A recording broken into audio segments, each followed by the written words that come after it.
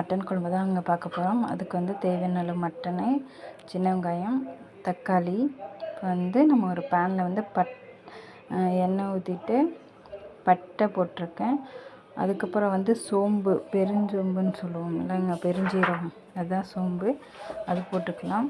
அப்போ இது ரெண்டும் பொரிஞ்சதுக்கப்புறம் சின்ன வெங்காயம் போட்டு வதக்கிட்டு அதுக்கப்புறம் வந்து தக்காளி போட்டு நல்லா வதக்கிக்கலாம். லைட்டாக நீங்கள் வந்து உப்பு சேர்த்துக்கிட்டு கொஞ்சம் வதக்கினீங்கன்னா சீக்கிரம் வந்து வதங்கிடும்.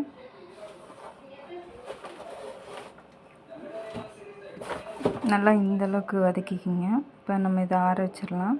அதுக்கப்புறம் ஒரு பாத்திரத்தில் வந்து எண்ணெய் ஊற்றிட்டு எண்ணெய் காஞ்சதுக்கப்புறம் பார்த்திங்கன்னா பட்டை, ஏலக்காய், பிரியாணி இலை, அன்னாசிப்பூ இது போட்டு நல்லா லைட்டாக பொரிய விட்டுட்டு அதுக்கப்புறம் வந்து தாளிப்புக்கு வந்து சின்ன வெங்காயம் ஒரு அதிகமாக போட செலவில் ஒரு 2-3 வெங்காயம் கட் பண்ணி போட்டால் போதும்.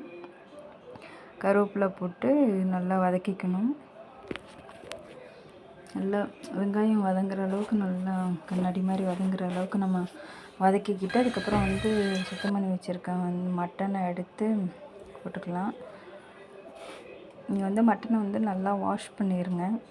நல்லா அப்போ அந்த ஸ்மெல் வராது. நல்லா ஒரு அடிக்கு 2-3 டைம் வாஷ் பண்ணிவிட்டு மஞ்சள்தூள் போட்டு கழுவிட்டிங்கன்னா அந்த ஸ்மெல் வராது. மட்டன் எல்லாம் போட்டுக்கலாம். நான் வந்து நெஞ்செலும்பு கறியும் ஈரல் தான் வாங்கியிருந்தேன். ஒரு 1/4 கிலோ நெஞ்செலும்பு கறி, ஒரு 100 ஈரல் வாங்கியிருந்தேன். அதை போட்டு நல்லா வதக்கிக்கிங்க. தேவையான அளவு உப்பு போட்டு நல்லா நம்ம வதக்கிக்கணும். அதுக்கப்புறம் பார்த்திங்கன்னா இஞ்சி பூண்டு பேஸ்ட்டு போடணும். இப்போ உப்பு போட்டு நல்லா வதக்கிட்டுங்களா. இப்போ வந்து இஞ்சி பூண்டு பேஸ்ட்டு தேவையான அளவு போடணும். நீர் விட்டுருச்சு பாருங்கள். இப்போ வந்து இஞ்சி பூண்டு பேஸ்ட்டு நம்ம இஞ்சி பூண்டு பேஸ்ட்டு போடுற அளவுக்கு மட்டனோட ஸ்மெல் வராது. அது போட்டு நல்லா வதக்கிட்டு அதுக்கப்புறம் வந்து கொஞ்சம் நேரம் வதக்கினோம்னா தண்ணி விடும் பாருங்கள். நல்லா இந்த டைமில் வந்து நம்ம வதக்கி வச்சுருந்த வெங்காயம், தக்காளி இதெல்லாம் இருக்குங்களா, அது கூட குழம்பு மிளகாத்தூள் வீட்டில் அரைச்ச கறிக்குழம்பு மிளகாத்தூள் போட்டு ஒரு பேஸ்ட் மாதிரி அரைச்சிக்கிறோம். அரைச்சதுக்கப்புறம் அது வந்து இந்த மட்டனில் போட்டு தண்ணி எவ்வளோ விட்டுருக்கு பார்த்திங்களா, இந்தளவுக்கு வரும்போது தான் நம்ம போடணும்.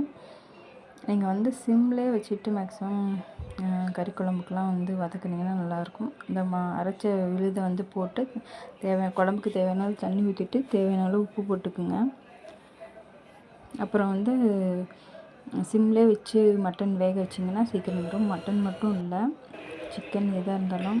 இப்போ பாருங்கள், கறி வந்து வெந்துருச்சு. நான் வந்து இடையில வந்து உருளைக்கிழங்கு கட் பண்ணி போட்டிருந்தேன், அது உங்களுக்கு காட்டல, இதுக்கப்புறம் போடுவேன். அது வந்து கட் ஆகிடுச்சு வீடியோ. இப்போ பார்த்திங்கன்னா உருளைக்கிழங்கு போதும். மட்டன் வெந்ததுக்கப்புறம், ஏன்னா உருளைக்கிழங்கு ஒரு 5 மினிட்ஸ் போதுங்க. அதனால் மட்டன் வெந்ததுக்கப்புறம் நீங்கள் வந்து உருளைக்கிழங்கு போடுங்க. அதிகமாகவும் போட வேணாம், கம்மியாக போடுங்க.